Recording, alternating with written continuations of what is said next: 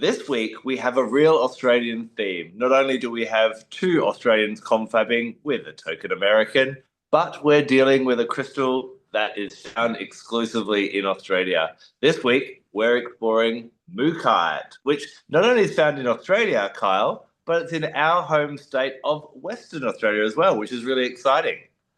Yeah, absolutely. Let's talk about it. Coming from about 100 kilometers inland from the coast where Carnarvon sits in the Gascoyne region, I've written this down so I don't ruin this. There are four different Indigenous Aboriginal countries that it crosses over: Maya, Tarragari, Yingara, and Wariyanga. I apologize if I ruined any of those pronunciations. That is the general region from which the Mooka Creek and your Mookaite is sourced. And I love it. It really represents the country up there, the earthy tones that you see on the land and in the sky. Yeah, for anyone who hasn't been to Australia, and I'm sure when you travel, I know when I'm in Europe or America, people always say, "Oh, I'd love to go to Australia, but it's just so damn far away." And I'm like, "Yeah," but that's how we keep it paradise. When you do look at the beautiful colours that you find in Mookaite, you find these really earthy reds, and then what we often refer to as an ochre yellow in there. That is the colour of our landscape, and when you get out in beyond the from the coast, then you get a bit of bushland, and then you get into what we call the outback. This is reminiscent of those colours. So this is a stone that I travel with when I leave, pardon me, leave Australia to kind of connect with Australia as well. And I just, yeah, it's one of my favorites. I wouldn't be without it, type of thing. But interesting thing is, we spoke last week about leopard skin Jasper. Sometimes this is called Mookaite Jasper. This is not a Jasper either, is it, Kyle? It's not. I like to refer to it as a fossilized silicated soup that has like concreted and become beautiful. I know Nicholas will have a much more scientific term and way of putting it, but it was essentially millions of microscopic silica based things that became fossils that got compressed, that got compressed, that got compressed, that got some iron that hung out for a while. It's like 145 million years old. And now it's here being beautiful with us. And we love that. Exactly. And I think Kyle and I could probably dote over this and do a 3 hour episode. But, is it one that you find in other parts of the world so much, Nicholas? And what's your relationship with it? And can you tell us a little, have you got any other big words that aren't Kyle's big words for it? I have lots. But before we do, I love that you're both brandishing these humongous pieces of it. And I have one piece in my collection that I can find. I'm actually reminded I had to go out and buy a second one that was more photogenic to put it in Crystal Basics. I can't find that one, so I just have the one that I've had for like 30 years. And this is it. Like, this is the one I worked with, I fell in love with 30 years ago. And then it kind of has sat in a box ever since. It's not to say that I don't love it or don't appreciate it. It's just not the first stone that I reach for. So let's do the geology bit first.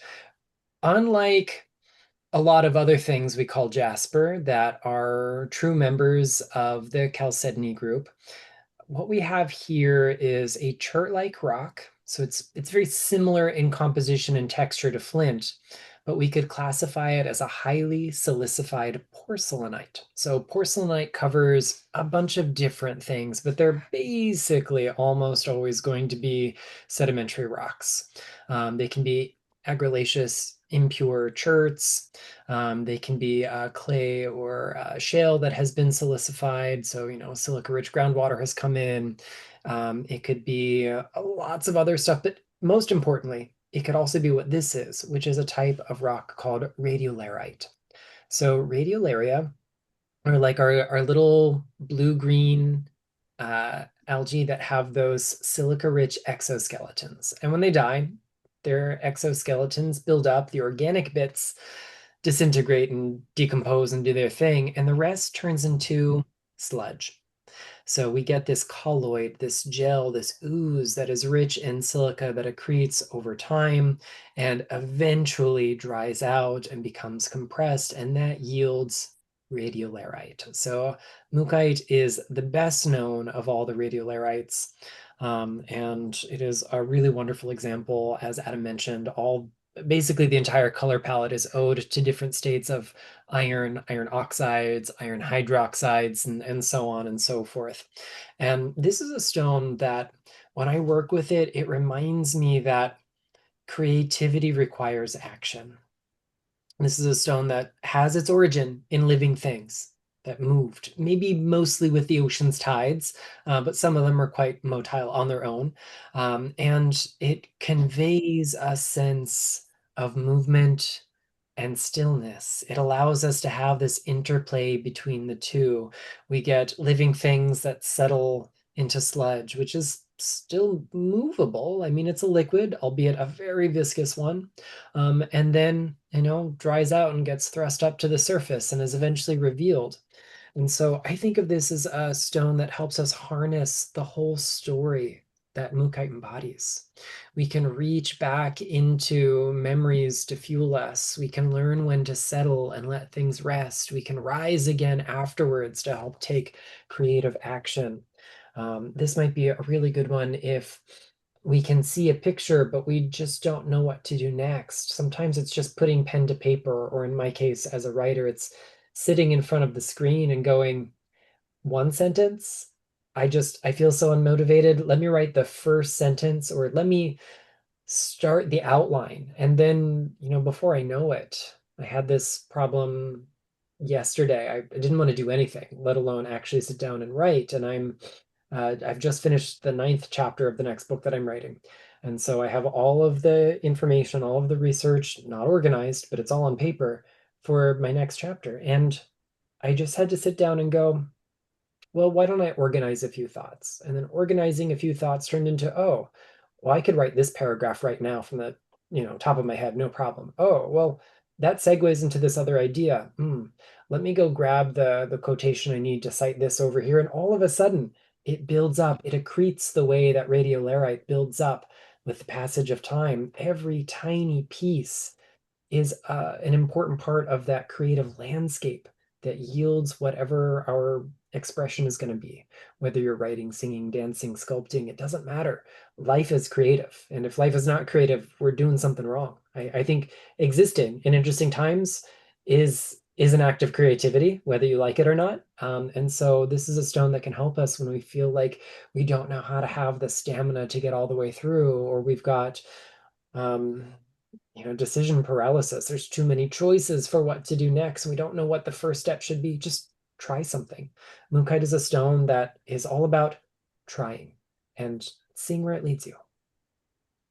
Do you think also with the iron content, Nicholas, that actually sometimes when we're not sure where to go, or when you're talking about those creative blocks, at least grounds you to start somewhere, because that iron content is quite grounding as well, but you can see obviously it's not a boring kind of iron crystal. It's got swells and creativity. So when we just start, off we go. Would you agree? Yeah, I mean, think about iron astrologically. It is the metal associated with Mars. Mars is the planet of action. So we can have really calculated martial action where we're plotting out, like chess moves several steps ahead. But also sometimes Mars's battles are bloody and messy, and you just got to do what you got to do. And iron can help us kind of mitigate between the extremes there. Sometimes we can have a really methodical layout and have everything, you know, outlined ahead of time. In an ideal world, I write a really detailed outline for every chapter before I begin it. I have, I think, something like 18 pages of notes for this chapter, not in outline form. Um, and I started an outline, but then I just started writing. And I don't think I'm going to need the outline at this point because I know the scope of the project, but sometimes you just have to pick a thing and do it. And iron can be very focusing. Iron is very grounding, but iron is also something that in the right state imparts movement, momentum. It helps us just act. I love that. Carl, I was thinking of you as we were talking about Mookaite as well. I remember when I worked in the crystal store, one thing that you'll find pretty much in every crystal store is the little bowls of all the tumbled stones. And I've noticed that throughout our confabs, you've actually always had, you always like a pair And one problem I have with Mookaite is because you literally find stones that are red, yellow, pink, white, purple, and I've even found some like peach colored ones as well. And sometimes it swirls between those. It's really hard just to have two Mookaite, isn't it? I have no idea what you are talking about, Adam. No idea at all what you could be talking about. I have no idea what you could be talking about. I really don't know what you're talking about at all. It's one of those things that, like Labradorite, you're never going to find two exactly the same. So this is where I allow myself not to become obsessive with having them be perfect, but I still have a pair of skulls. They're not exactly the same, but they balance and they harmonize and they are what I require if I need a pair of things. But for me, Mookaite, it allows me to let go of that, and I think brings that sort of organic creativity to the fore. Yeah, amazing. And how do you like to work with this crystal, spiritually? What is the tool for you? For me, as I mentioned with Nicholas chatting before we started recording, I didn't really prepare much on paper because I talk about this stone every single week, whether it be at work, whether it be online, almost every single day. It is a stone that comes up, purely being Western Australian, into crystals and minerals and in sales as well. Like, it is going to constantly come up, and I think that's a good thing. I have used it for me, and I think really importantly, as a settling agent so that I can walk my path.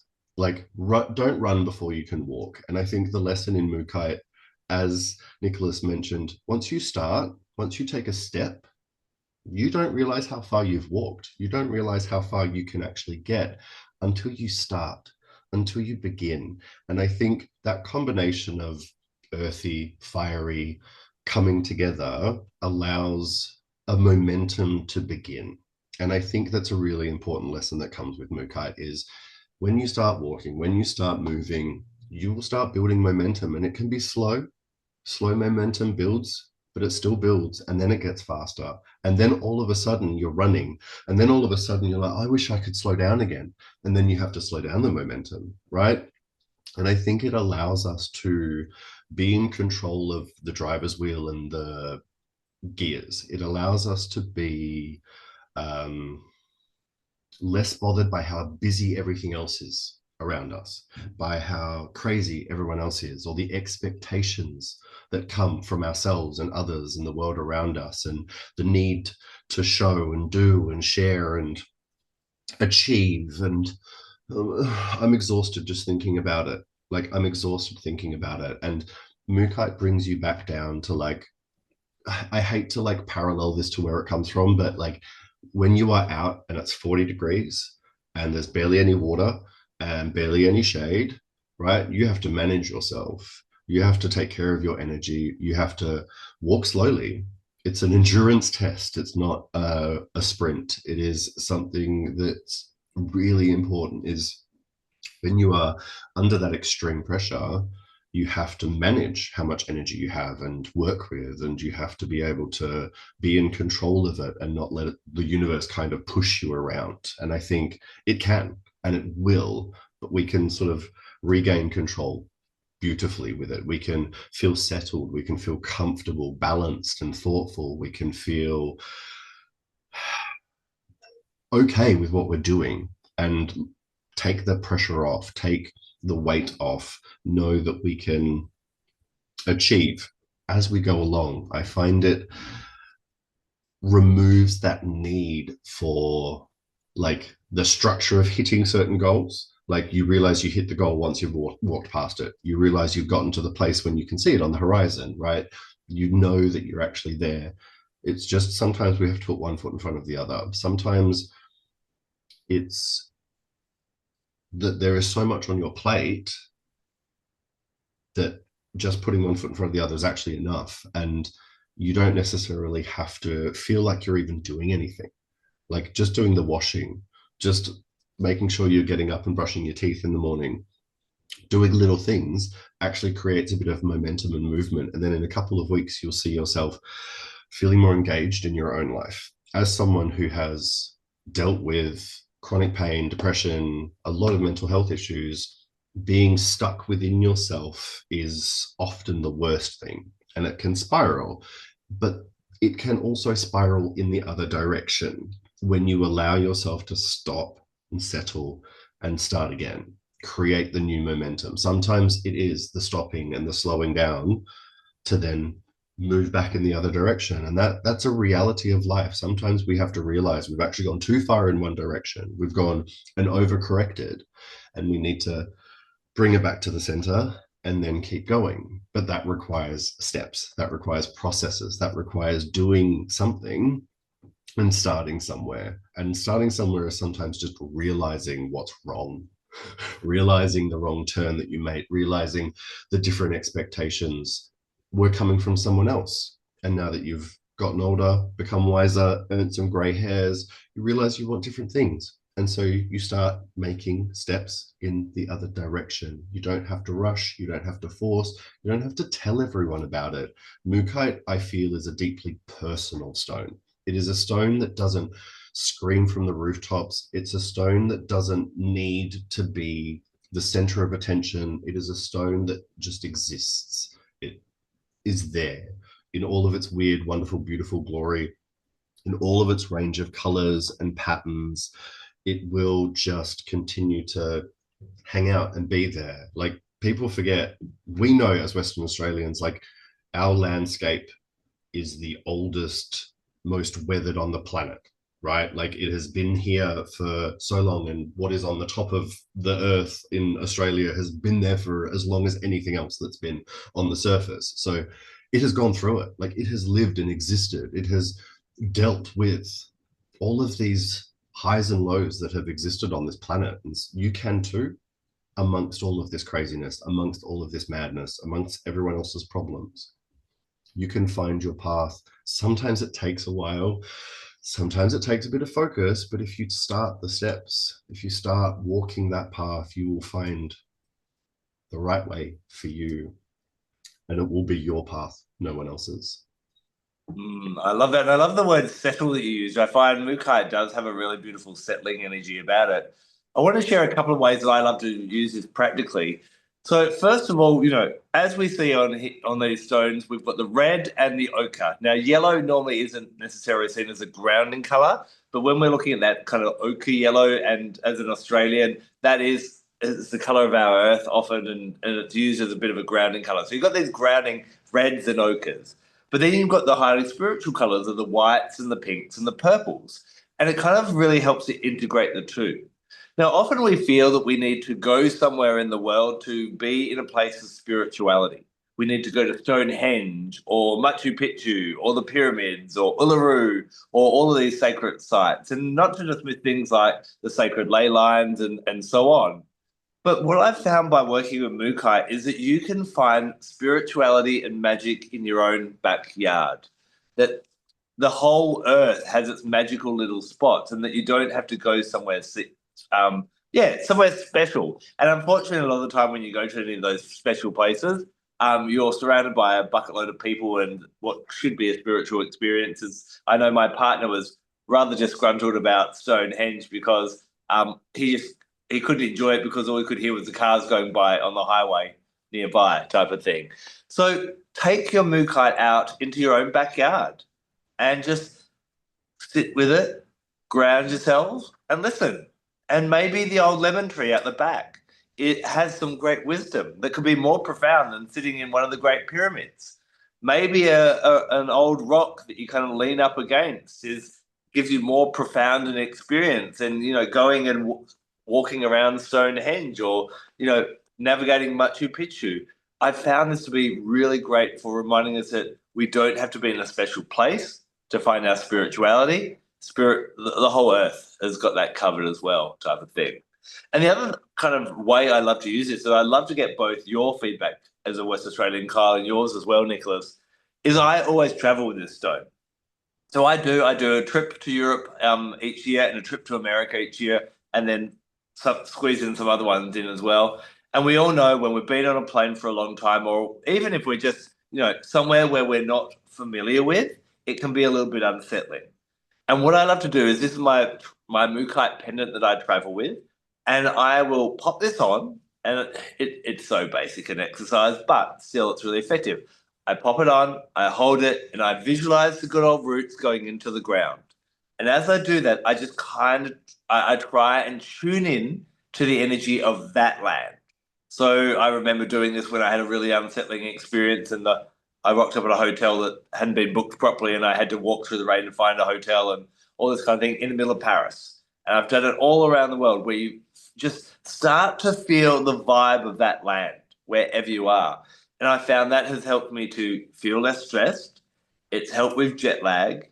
And it's just helped me to also then in the coming days not get so bewildered or lost and kind of be able to navigate. I find when I'm in the northern hemisphere, I get lost. It's almost as though because the poles are different, I almost get thrown and kind of think north is south and south is north when they're actually the other way around for some reason. But I find just doing that and keeping Mookaite with me, that for me really, really helps. So what I'm intrigued is I've always talked about that, but I wonder whether because Mookaite is a West Australian and it helps connect with me with my land and my home, and it would be really good for people that are maybe homesick.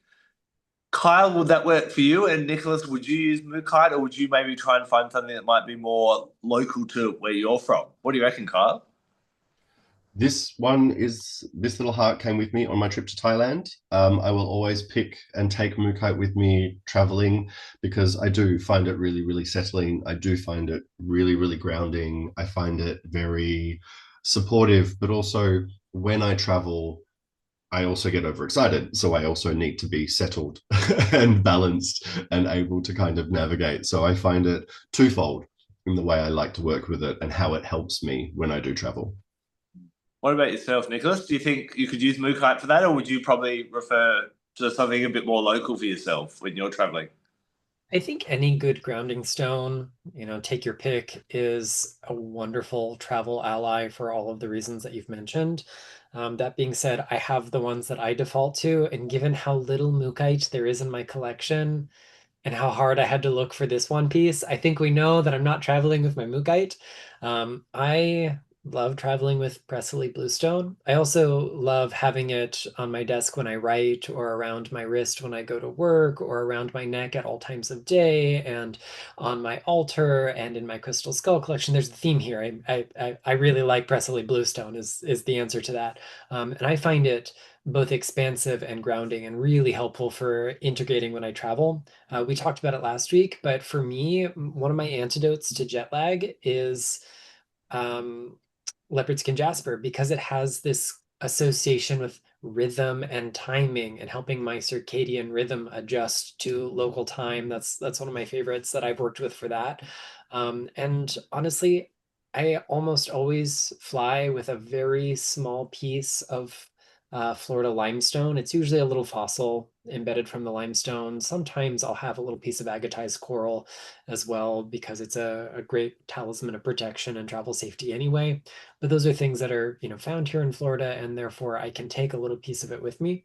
But the other alternative is to connect to the rocks where you're going. And if you are a nerd like me, when I travel to a new place, I look up the underlying geology. I want to know what kind of lithologies will be at the surface, the facies, we call them, as well as bedrock, basement rock, and other geologic phenomena. And I will attune to that ahead of time. So when I get there, energetically, I know what to expect because I've had a kind of conversation with it. Sometimes I'll do that uh, in flight. Sometimes I'll do that well ahead. And if it's going to a place I already know, like when I go to Massachusetts next month, I'm staying in the same bedroom I stay in every time I go to Massachusetts. I know the energy of that place. It's so easy to just kind of connect to all of the granite of that region and be met by it. So it can be a fun thing to do. Plus, then if you go to your local rock hounds or anywhere else when you are traveling, you already know what kinds of rocks are going to be there. So you can ask the questions to find them. Yeah, I love that. Now, here in Australia, we don't have problems getting our hands on Mookaite because, I don't know, Kyle, if you ever used to, one of the people who used to mine Mookaite used to have a retail shop that you could go to, and that's where I picked out this piece. And there'd just be like out the back, it was just thrown around like, firewood, or it was everywhere and massive, massive pieces. So it's quite abundant in Australia. Is it one that you may have to look around a little bit more for in if you were shopping, going to a local crystal store in the USA? I think just about any standard crystal shop is going to have some much less selection than it appears that either of you have down there. Seldom do I see such large pieces in great quantity, although they definitely exist. But my local shops here in Central Florida, you're going to find tumbled stones and bracelets and pendants and slabs and occasionally carvings. So I see it pretty abundantly. I do imagine though that your prices are much better than ours. Yeah, it is a pretty affordable one here. And just on a side note that I think is really, really important, I'm sure both of you also often get asked, where is a good place to get my crystals type of thing. Now, my first recommendation is I always go back to the person if they're contacting me online and say, where do you live? And I always encourage people to go to their local crystal shops. We have all been crystal lovers for many, many years now. And we've probably seen, like we have in many other industries and just the way the world is going, that, little ma and pa independent retailer shops have disappeared. I remembered even 10 years ago, I could probably drive around for 5 days non-stop and go to a different, crystal store after crystal store after crystal store. And now probably I could do that all in one day because we know in this economic climate around the world, it's hard actually running a small business without that backing in that way. So I personally would just like to give a shout out to all the little crystal shops. And I would say if you have a local crystal shop and we've spoken about a crystal, whether it be Mookaite or any of the others, go down to that shop first, see what they've got. If you can't see it, then open up a conversation with them because they have suppliers that they get from that a general shopper doesn't have access to, wholesales and so on, and go, I've just heard all about Mookaite. You've only got a couple of tumbled stones.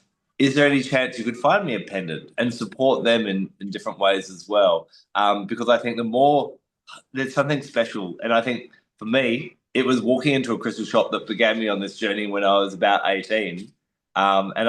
If they're not there, I don't know if people will continue to start journeys like we do. So, would you agree with me, Kyle? 1000%. As someone who works in the wholesale side of things, I'm constantly receiving phone calls and having to say, where do you live?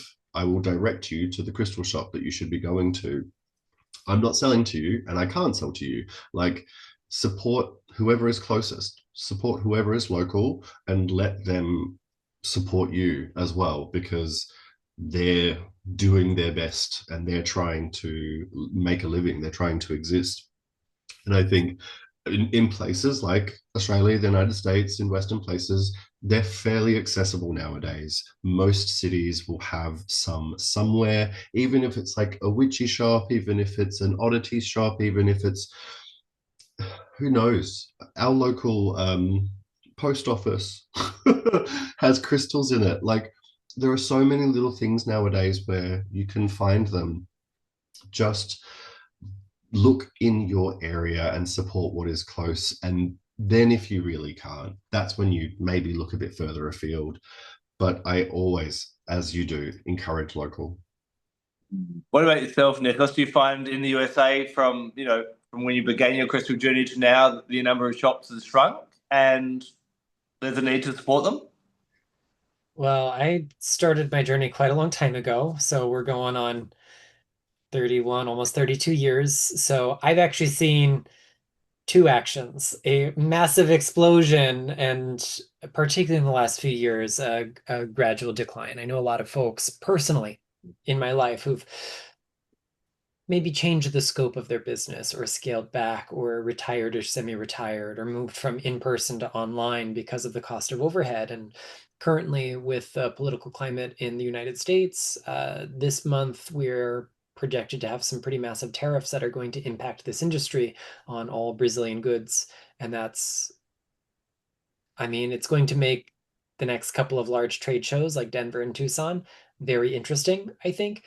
So support your independent stores, whether they're in person or online. I think, start there. So many people ask me, where is the best place to find blank, or where should I go shop for crystals? And I don't actually like playing this game for a couple of reasons. One, I have so many wonderful shops that I've gotten to know over the years. I can't possibly remember them all. I'm going to feel terrible for forgetting a name. And two, the best for what? Under which circumstances? For whose budget? Like, that's such a moving target. And I'm not a throw the baby out with the bathwater kind of guy. Like, I don't particularly like a lot of augmented or treated stones. I don't like a lot of the kind of ersatz gems, but just because a shop carries them doesn't mean they're a bad shop. They probably carry them because there's a demand for them in their local community. I don't have to buy those. I can buy the things they've got that I do really like. They can have really high prices on something I'd never buy and really great prices on something else. So way better than knowing where to shop is knowing how to shop. And sometimes it just starts by asking, hey, where does this come from? Hey, I've been looking for such and such. Is that something you'd be able to source? And you know what? Sometimes that shop owner will go, oh, you know what? I don't have a good source for that. But the last time I was visiting so and so in the shop across the county, they had it. Why don't you go check with them? Because I find a lot of these retailers do know each other and do try to network and support one another, because we have to envision a world that is more cooperative. And um, it's so much more important to do that. The same goes for books. People all the time are asking me where's the best place to buy a book, and I say your local bookstore, brick and mortar if you can manage it, and if not, the next best place is whatever is most convenient for you. Yeah. End of story. Every book sold is a good book sold for me. I want you to do what is best for your local community and best for your budget within reason. I will add a little note on with that author as well. I always, whenever I find a book that I want to buy, I go to the author's website, because sometimes they are able to sell the book directly that way. When they're selling through other things, obviously they get a lower percentage, and yes, it takes a whole team to bring out a whole book, but that author, it's their blood, sweat, tears, and fingerprints on it type of thing. So if you can support authors, that really helps as well. Now, final Mookaite question before we wrap up this confab. We've talked about the brilliant range of colours, the rainbow of colours that we find in Mookaite, and I'm struggling to answer this question myself, Kyle, because every Mookaite I have, I always go for the ones that have these swirls of different colours. Do you think, like a plain red Mookaite tumbled stone, or a plain ochre one, or a plain purple one, do you think they have different energies, or could we kind of group them all together, or could we write a whole chapter on purple Mookaite, white Mookaite, pink Mookaite, and so on? I would say the same as any other stone that has variations in color, you're going to get variations in the energy. When they swirl together, it's more combined, it's more mixed, but I find I have individuals of yellow, white, red, purple, some really dark ones as well, and they all have those blocks of color and they feel different to the hand. But I'm generally always more drawn to the swirly ones that combine everyone. But I have worked with the yellow individually. I find a bit more intuitive with your gut. I find it allows you to be a little bit more settled with what your gut's trying to tell you. The purples definitely have a more meditative quality. This one definitely is a more meditative stone, being in those beautiful purple swirls. I find the red ones to be, as I brought this one on holiday, to be more grounding. So they definitely have a little bit of variation as you go through those colors. Yeah, it's a whole range. And I saw you nodding as well, Nicholas. You'd find the same thing? I think the best analogy we can make is theme and variations. Like in the musical world, you study musical theme and then different movements do something slightly different with it, but it's still communicating the same kind of underlying message. Just like every color of tiger's eye, or every shade of carnelian, it has its own personality. It's still fundamentally tiger's eye first or carnelian first. So we're going to have that dominant note, that theme that is Mookaite, but we'll have variations in every piece that you pick up, by color, by pattern, by which side of the creek it came from. Yeah, very true. I'll have to get some unicolored Mookites, because The gays love a rainbow, and that's exactly what Mookaite is. It's our very own personal rainbow from our own land. That's all for our crystal confab this week. We'll be back next week when we dive into another crystal. And we're getting to the point where we've got to decide our next batch of crystals for our itinerary. So if you've got requests, pop them in the comments. We may be able to be swayed about the next crystal we confab about. But until then, take care and blessed be.